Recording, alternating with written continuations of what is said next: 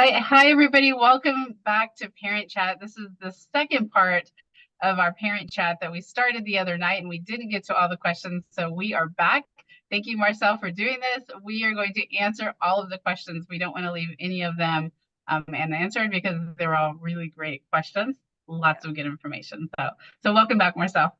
Yes, thank you so much. I'm glad that we could do this because I agree. Really great questions came out of the other night. So thank you. For sure. Okay, so we're just going to dive in. If you haven't watched the first part, I would recommend you do that to get more information because we're just answering the questions in this video, but there's lots of great information that Marcel provided in the previous video. Okay, so here's our first question. Are you ready, Marcel? I'm ready. Okay. What if your teenager has some extreme, irrational, negative feelings towards something random or something that really has no consequence on them?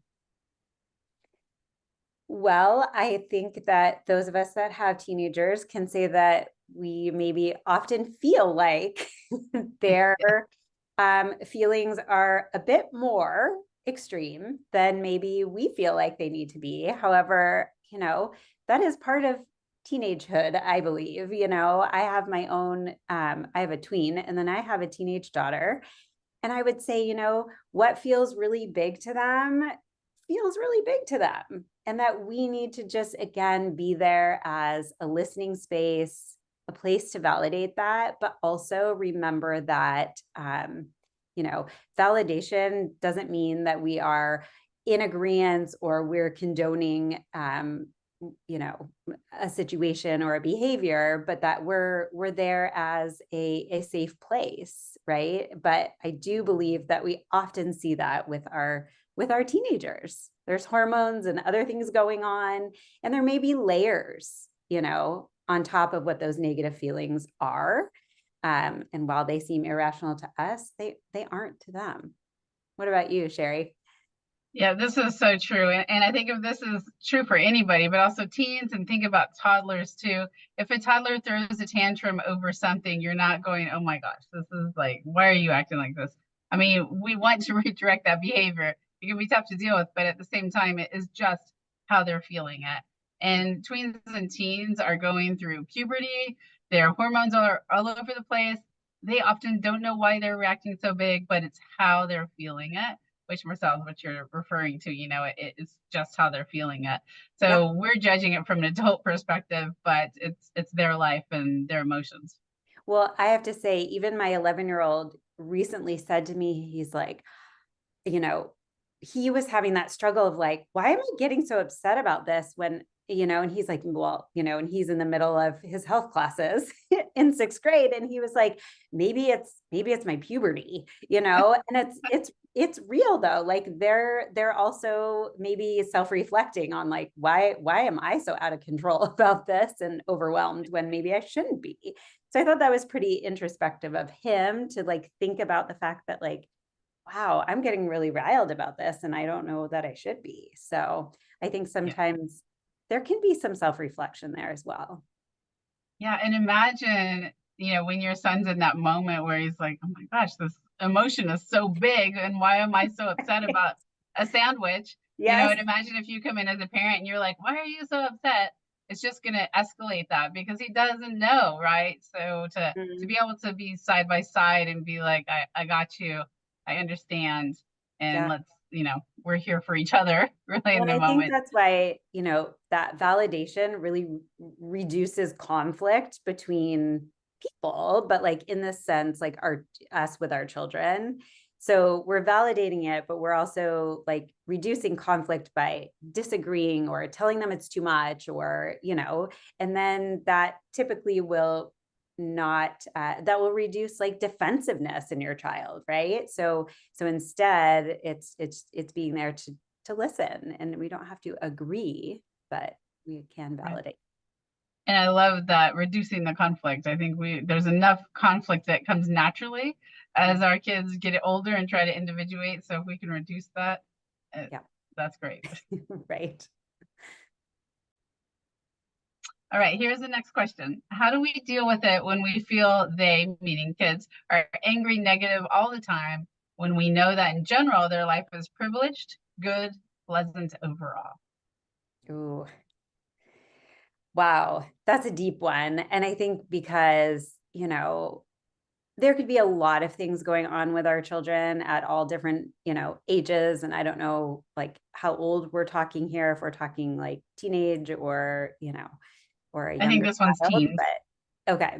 Well, I guess what we need to make sure is that there's no like very serious um things going on with this particular child or anyone's child that may resonate with this question, um because that idea of like the constant anger or negative feelings could be that there's some deeper set emotions going on that maybe a parent doesn't feel they can get to the bottom of. And so there's always other resources out there, and I would highly recommend that if a child is really, if you're feeling like you're questioning those things, that might be something that you would seek, talking to your child's doctor, pediatrician, or whatnot, and kind of getting a little bit deeper into that.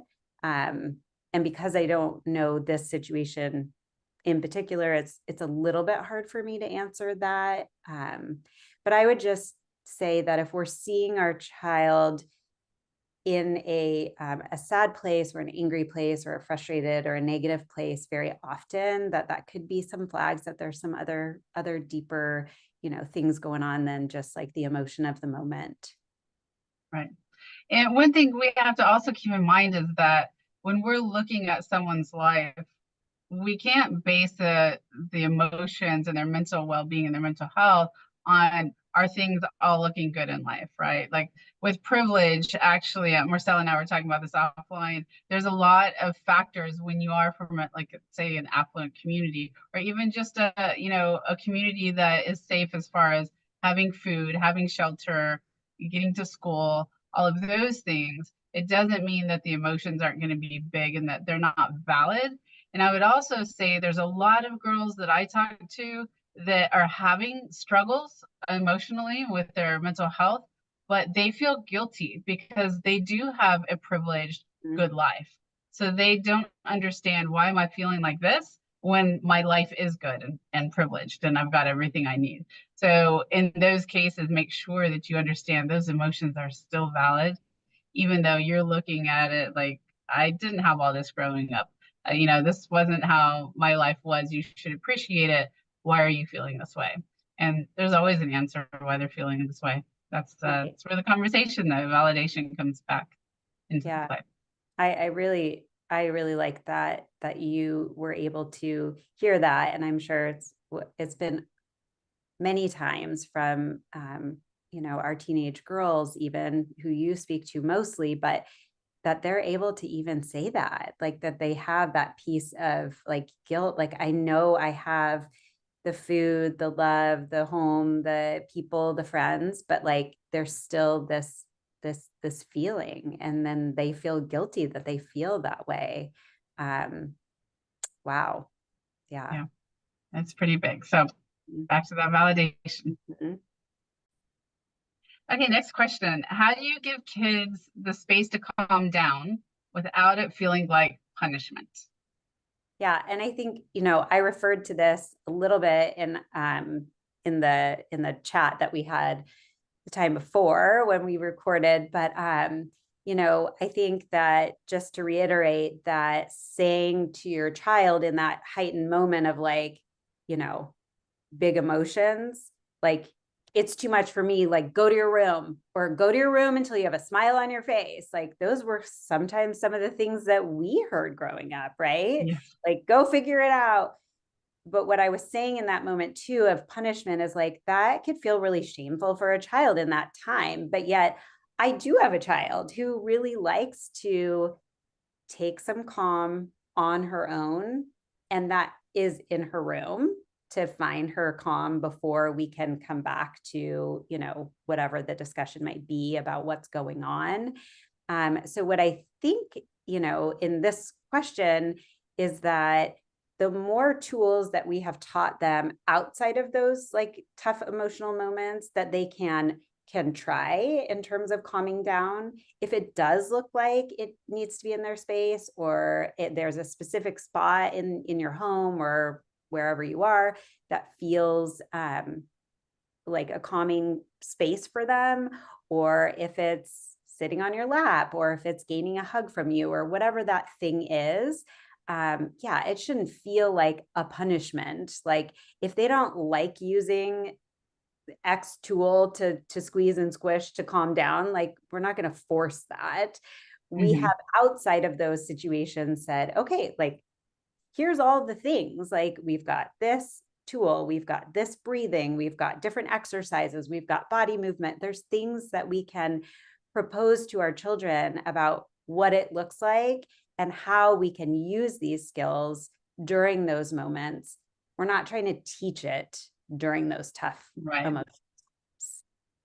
Yeah, during those moments, the logical part of their brain is off. So that's why you got to talk about this when they're not in that moment of big emotions. One of the ways that I gave my kids space as they got older, let's say in high school, even we're out to dinner, and one of sometimes they kind of get on this roll and they are escalating themselves. And so I would say, I think maybe you need to go to the restroom for a minute, get yourself together, and then we'll, come on back to the table. But I think delivery is a lot of it of, is it like, get away from us, like, you're in trouble. This is a timeout. A timeout can be a good thing when it's, first of all, if you're choosing your own timeout, we have to do that as parents, right? Sometimes we're like, hold up, I'm feeling really overwhelmed. I need a couple of minutes to myself. So that is a good tool to teach, but also to give them their space rather than have this escalating moment, and just appreciating that, hey, life gets tough and that's okay. We can take a beat and get ourselves together. Yep. Very, yes. I like the bathroom. Go take a Yeah. break. Just a And little I break. like myself, yeah. And what you said about find a calm space, you've heard of probably calming corners. So maybe you have a space, a calming corner. Maybe it's in their bedroom. Maybe it's in the living room. If they, like one of your kids that likes to be by you, that it's near you, not like go across the house somewhere else. That they're able to be next to you in a place that they feel calm and safe. Yes. Right. Okay, next question. This one is a great one that I think all of us can probably relate to. It is so hard when your child or even your spouse takes out some of their negative emotions at you. What advice do you have to stay calm and not take it personally?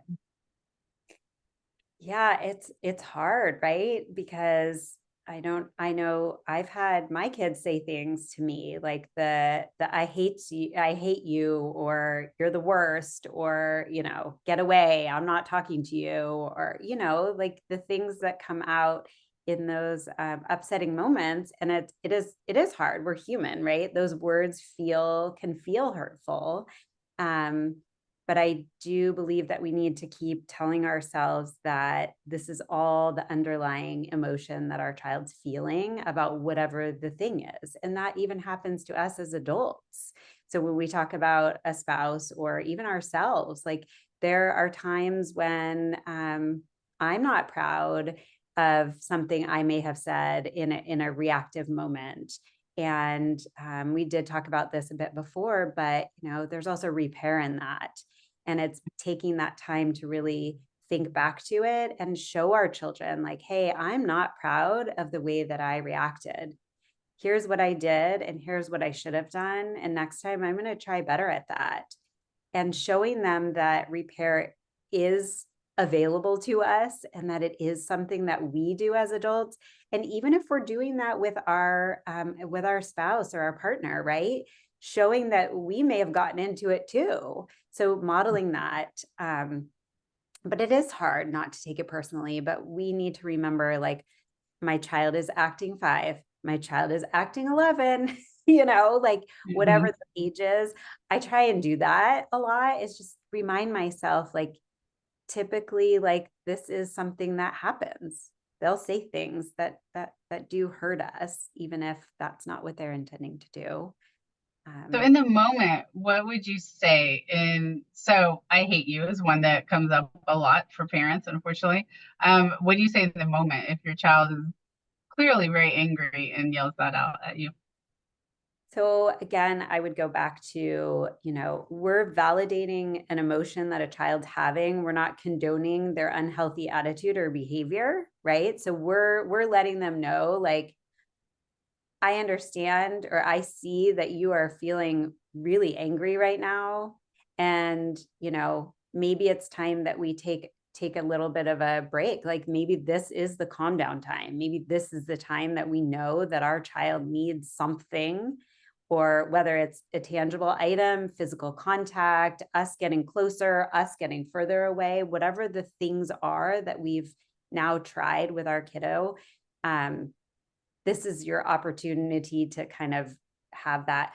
I would, I don't tolerate, like disrespect to me as like their mother, their parent, their caretaker. Like that isn't something that I'm okay with. But in that moment, as you've said, and we've talked about, when their emotions are so heightened, this is not a moment of a teachable time. The Hmm. teachable time needs to come after the calm. So I would personally, in my mom world, take that moment after they're calm to say, like, that's really hurtful when you talk to me like that. And typically, they're going to tell us that hopefully they know what repair looks like and we've practiced Hmm. that. And they are going to probably let you know that they're sorry and that just came out and they were mad. And, uh, you know, and if not, I would definitely keep having those conversations. Like, Hmm. letting your child know that those are not the things that we don't want them to say that to us. We don't want them to say that to a friend they're fighting with, in an argument with, like that they hate them and that they're the worst. Those are not the go-tos that we want our child to have. So we need to then arm them with what are some things instead that we could do or say in those really angry moments. Hmm. As you said, not in that moment, but very, very good. And I think that it's also a chance to role model because let's say they're in a relationship at some point where the other person is yelling at them, saying these types of things. They need to know how do they deal with it. So I think like one of the things validate. I can see that you're very angry, and I think I would add I can see that you're very angry, and I don't deserve to be treated like that. But not a big lecture, not going on about how you should be treated or you deserve a sorry. That's not in that moment. That goes, like you're saying, Marcel, in the later, the calm moment where they are happy to kind of listen. Yeah. And you pointed out something so, so important. If they come back, because many times they feel bad about that behavior, if Mm. they come back to you and they're around you, you ignore them, you're saying, you need to say sorry, Yeah. or that's so unacceptable. They're not able to stay in that moment of learning and feeling bad, about what they did, learning from that moment. They're going to go into defensive mode and that might escalate again. So we have to create space, whether it's for our spouse or our kids, that when they do come back around, that we are there to be like, yeah, let's talk about this. I understand that you were very upset. So just to, because we are now post Super Bowl doing this, and we all, I would say many of us saw, on the sidelines, interaction that felt harsh, right? A player yelling at in the face of his coach. Mm-hmm. And I saw a lot of takes out there on this, and my opinion was, we are all human, and not Mm-hmm. that, you know, um, I'm condoning or not what happened. But I feel like what a good opportunity to show our children in that moment of like, there's some serious heightened emotions going on. This is, Yeah. and also knowing afterwards that there was repair, there was an apology, and there was a follow-up there.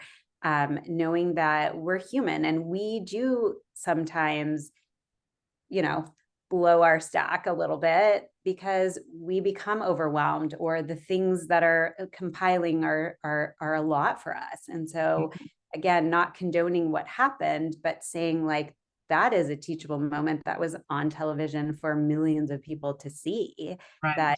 that we are human, and that we need to remember that we do say things and do things sometimes that are not in line with our values or what our character would feel. Would we feel proud if that were us in that moment? And do you think he felt proud? Probably not, right? So I do think that there's opportunities also in our world to be teaching our children that we're not the only models. There are other people out there Right. too that we are witnessing. Yeah, good role models and bad. In that situation, one of the things that was great is that Coach Reed actually was accepting of, first of all, understanding the heightened emotion and accepting. And when he talked about it, it was like a parent-child relationship. He was like, Mhm. oh, he's a good kid. He was just really wanting to score. He was, Yeah. so he understood and was ready for that repair, Yep. versus, getting up in arms about it. So, but yeah, that was an interesting moment of the Super Bowl. Mm-hmm. Okay, this is a wonderful question, and I'm so glad to hear your insight on this, Marcel. Are there any recommendations for parents with children with special needs, such as autism, who are nonverbal? Yeah, so I feel very lucky that when I was an educator in the classroom, I actually had a program specifically for students with autism at our school. And so I did learn a lot, and I had the ability to engage in with students that were verbal and nonverbal. And so I guess what I want to say is, just like all children, all of our kids are unique, and their abilities and desires for how to calm or how to express themselves do look different. My two kids look very different than one another.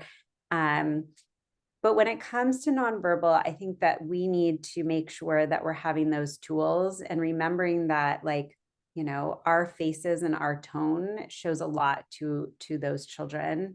Um, Physical contact could be something that works, or not. Just sitting closer again is another way that we might interact with our child who's nonverbal. Is it rubbing their back? Is it hugging? Is it pressure of some sort? Like sometimes it's weighted material, or sometimes it's really just putting pressure. So I specifically had a student that when his emotions were getting um, high in those moments in the classroom, where that pressure just down on his shoulders was a helpful way of helping him calm. Always remembering that our visuals are so important, like always having those visuals. In particular, sometimes parents or even classroom teachers will have visuals around their neck. I'll say that there is a classroom that has My Little Emotion dolls that they put on a lanyard, and they use those with their nonverbal kiddos so that they're able to point. And then also, the dolls that I created are a great way for nonverbal or non-speaking communication of feelings. And then Can you usually, share those, Marcel? You've got them within sure hand's can. reach, right? Yeah, I do. So they know what Um, you're talking about.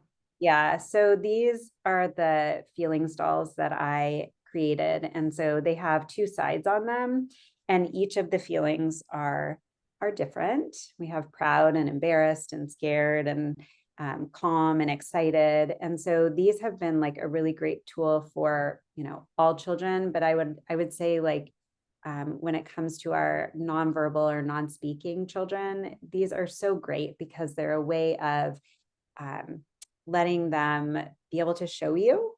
Mhm. They're also really squishable and squeezable, which is also a great regulation tool as well. And so this is the last one, is happy and then sad. But yeah, so visuals, physical contact, some children will use stimming to self-regulate. Um, so sometimes they're finding those coping skills on their own as well.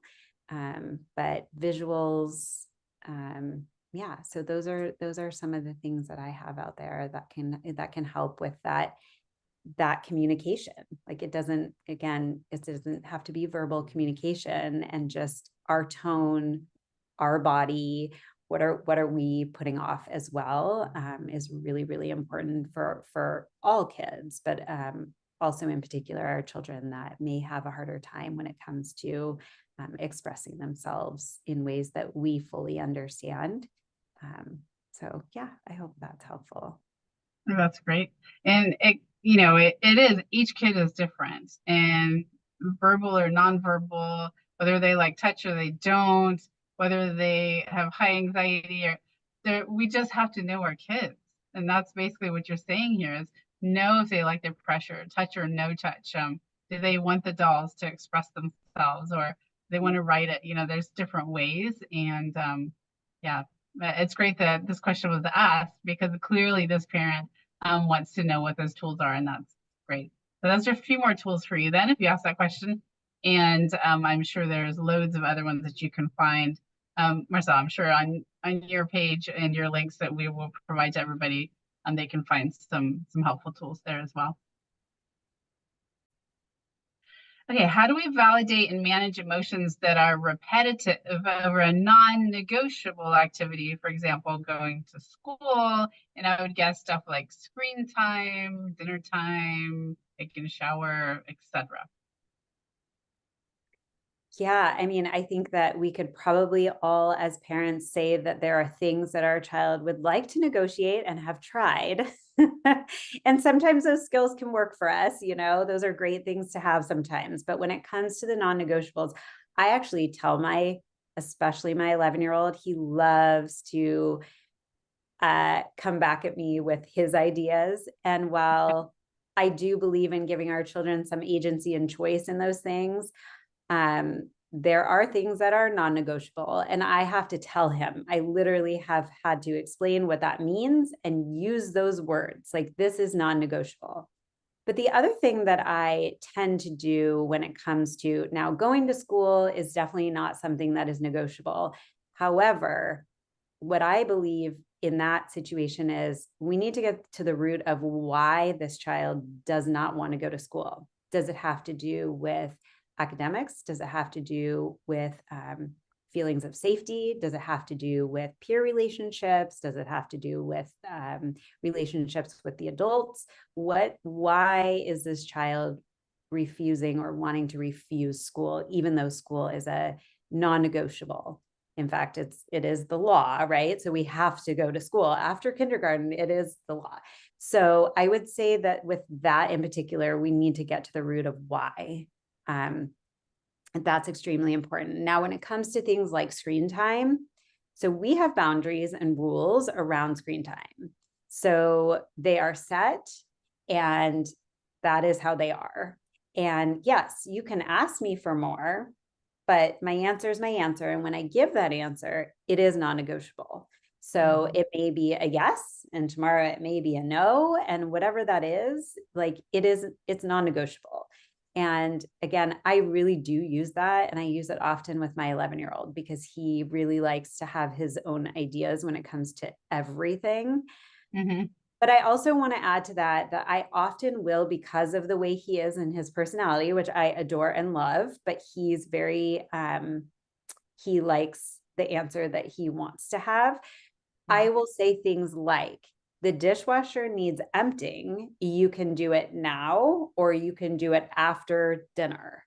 That gives him some choice in the situation. So sometimes managing those big emotions is more about giving them a little bit of choice so that they feel like there is some charge for them in the situation.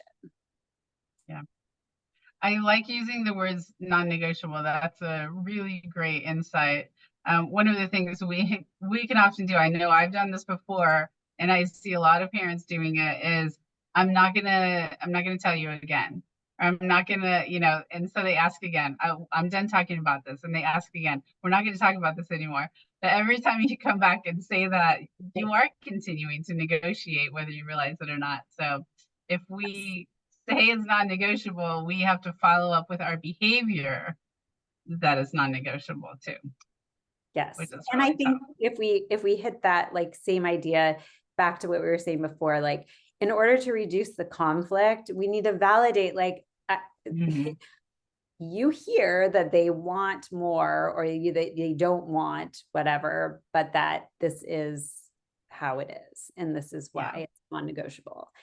I Yeah. do like giving my children reasons. I do think it's important for them to understand why my answer is what it is. So if it's screen time, I want more time, and I say no, I typically will say why, right? You've Mhm. already had enough today, or it is time for dinner and we're going to eat and have family time, or whatever the thing is. But I do Yeah. think it's important. Not always, like sometimes it's just a no. But I do think it's important to give them an explanation so that they have Yeah. some sort of thing you have something to fall back on why you gave the reason that you did. Mhm. Yeah, and I think if we have a really hard time finding out what that why is, what that reason is, then we need to go back and rethink why are we setting that boundary and that rule. If we Mhm. don't have any idea why we're doing it, maybe it's just an influence that, well, somebody said I should do this. Right. But yeah, I like yeah, that. yeah, knowing your Self-reflection. why, good. Yeah, and then if they say why, like you said, you didn't give a reason, they say why, you can clearly state it. And then if they keep asking, you can say, I've told you that why. You can tell them instead of just because I said so, which I Yep. know all of us heard a lot growing up. Okay, this one is kind of similar to what we were just talking about. Someone's asking, with full trust, how do you let your child go out with friends and not get into some trouble, some wrongdoings? Sometimes parents get the feeling that something wrong is happening. And when we ask them, they say to trust them. So I think, Marcel, we can answer this in the context of what we're talking about.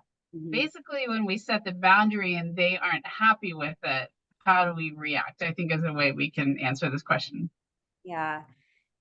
So I think that, if our children are, teenagers and they're trying to ask to do these things and that we're not comfortable for whatever reasons those are, I think it's important that we are honest with our kids and that we let them know why.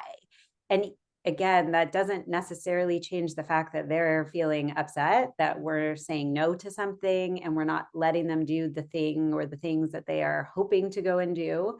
Um, but we need to fall back on the fact that we are the adult and we are the parents, and it is our job for, the safety of our children. And that if we believe that there is, for some reason, an unsafety, or we just have that, I talk to my own kids about that gut feeling. If you're up at the park and you get a gut feeling that doesn't feel, listen to your gut.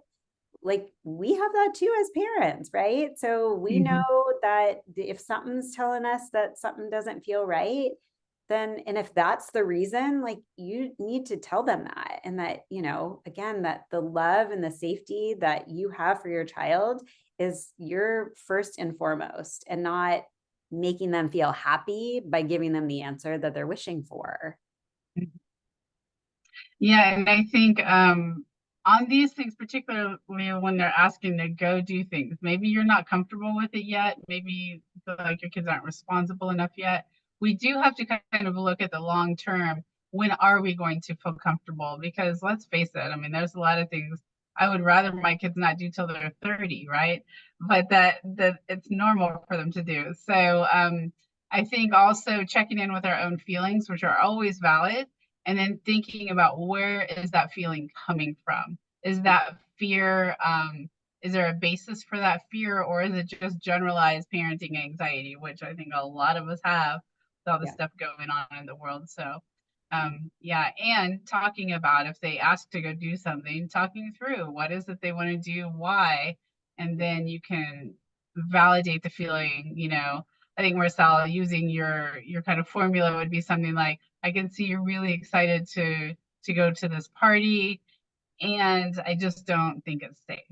Right. Something along those And lines. I do think like you make such a good point. I think especially maybe I'm speaking for myself here, but having my older child, as our first of things, whatever that Mhm. is. I mean, we're about to, sign up for high school, and that already gives me a little spark of like excitement, but also some anxiety myself. But I think too, if it's the first time, if it's the first driver's license, if it's the first, party, if it's the first homecoming, those are first that sometimes, as you're pointing out, like some of that could be our own. Like maybe we had a particular experience that is pushing us to say no.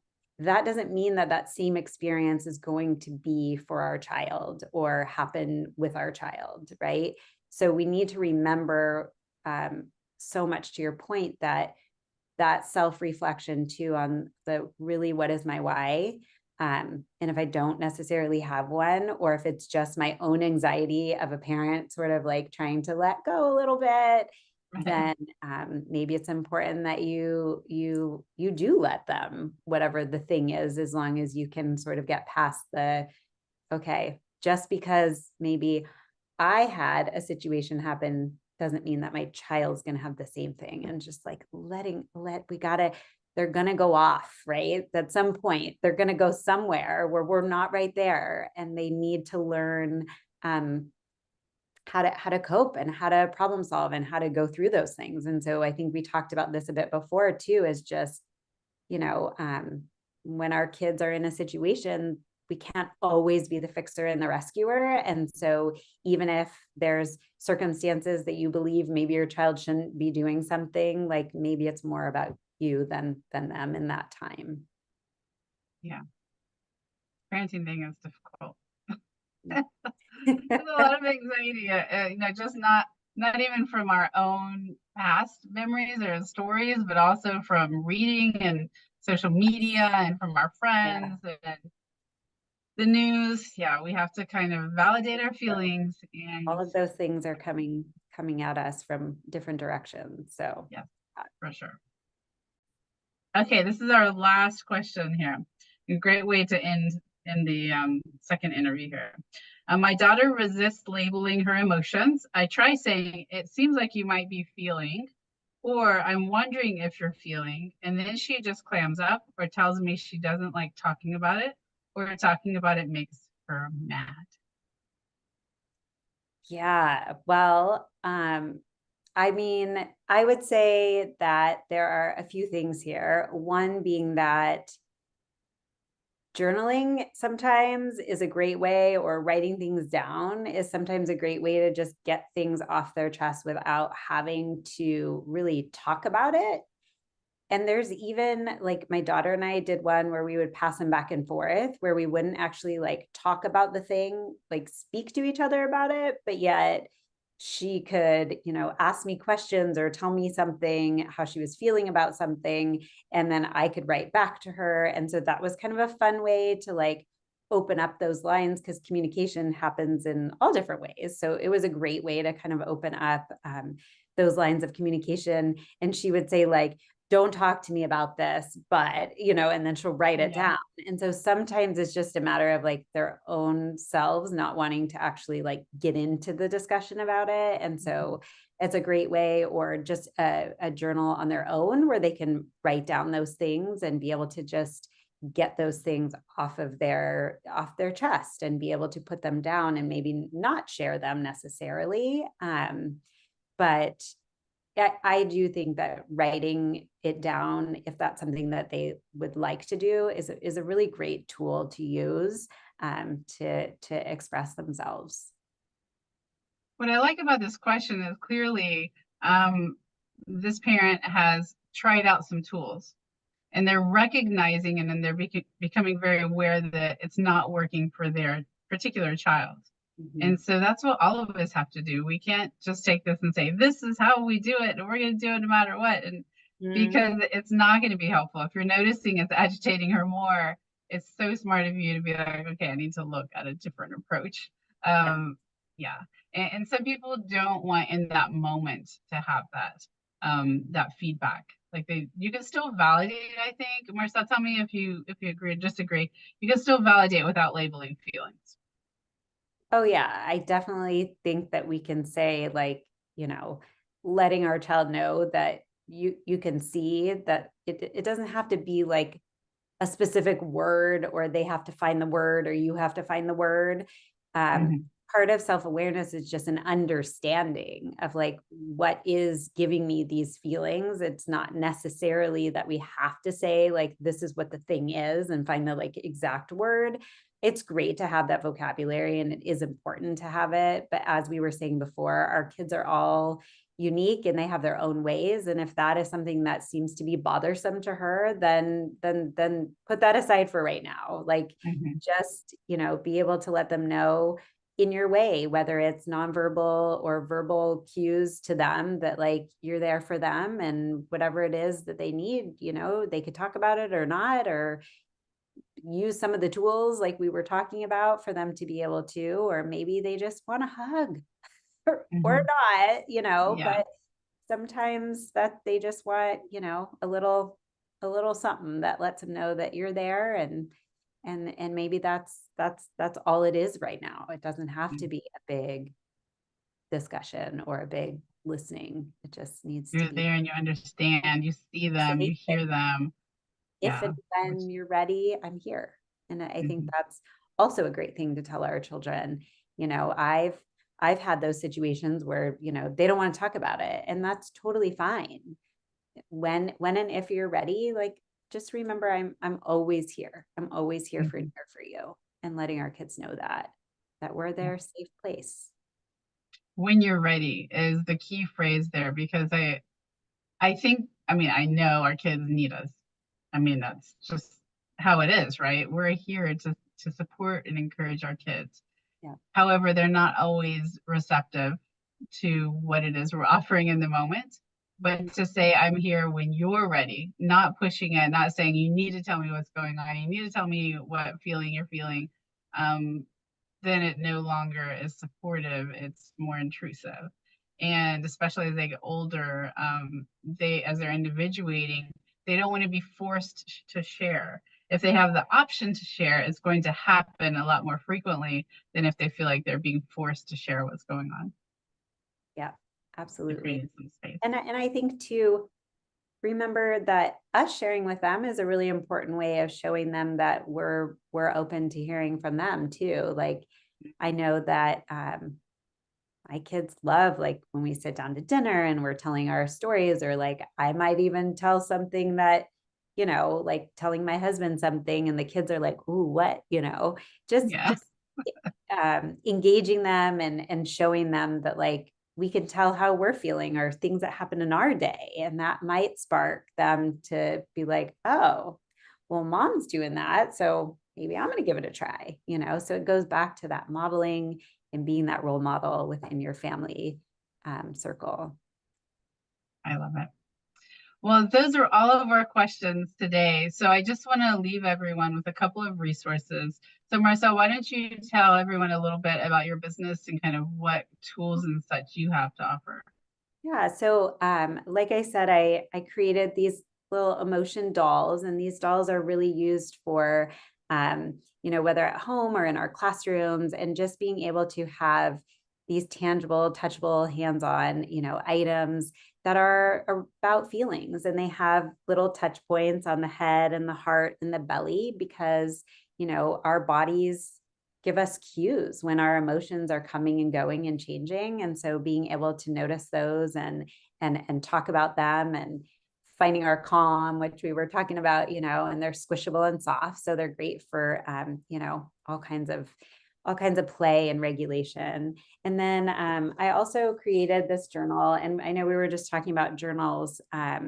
This journal is really all about being able to express how we're feeling in moments, outside of moments, at the ends of our day, whenever, and just really building a habit of what we know is really a healthy way to get out those emotions sometimes, whether there are, tougher emotions or those really great positive feelings. So great to talk about them and put them down on paper, draw pictures or whatever it is. And then just lots of like fun pages around emotions. And then lastly, my daughter, who's 13 now, just this last year, we released our book called Field Trip: A Journey Through Ordinary Emotions, and it's a children's book. Again, I was a kindergarten teacher, and so just being able to put together a book that's a rhyming story that has little hidden pictures in it, and do it with my daughter was a really, really, really special thing to get to do.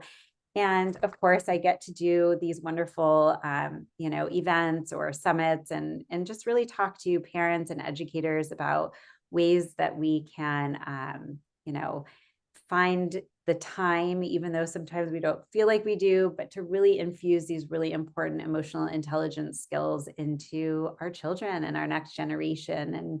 And just that we know more now. We know more now about how important these pieces are into who we are.